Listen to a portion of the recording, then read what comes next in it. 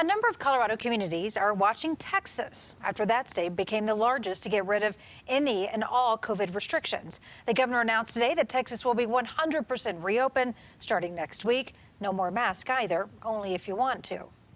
Personal vigilance to follow the safe standards is still needed to contain COVID. It's just that now state mandates are no longer needed.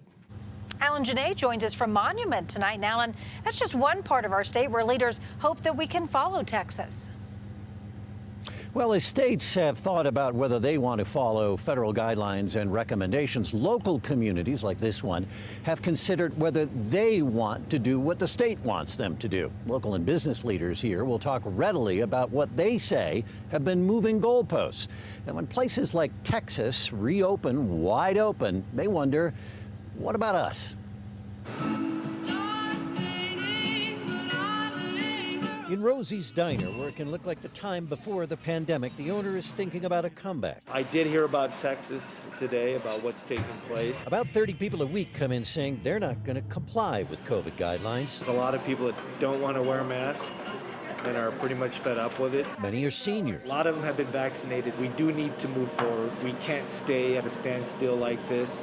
We can't live in fear. We are concerned. The mayor of Monument feels the state hasn't wanted input. The Board of Trustees passed a resolution calling for all businesses to be deemed essential and claiming COVID guidelines were unconstitutional. We ended up in January making a resolution just supporting the constitutional rights to gather and in support of our businesses. A.B. Tejas feels supported and wants the state to work on opening. I hope we can follow Texas and get open, and I'm not saying by tomorrow. The mayor knows people will call for it, and if not, maybe they'll make their own move. I think when we start seeing the frustration that we saw here recently back in December and January, then the board will have to make some decisions. Decisions of their own. I just don't feel we're all on the same page. That's how I feel.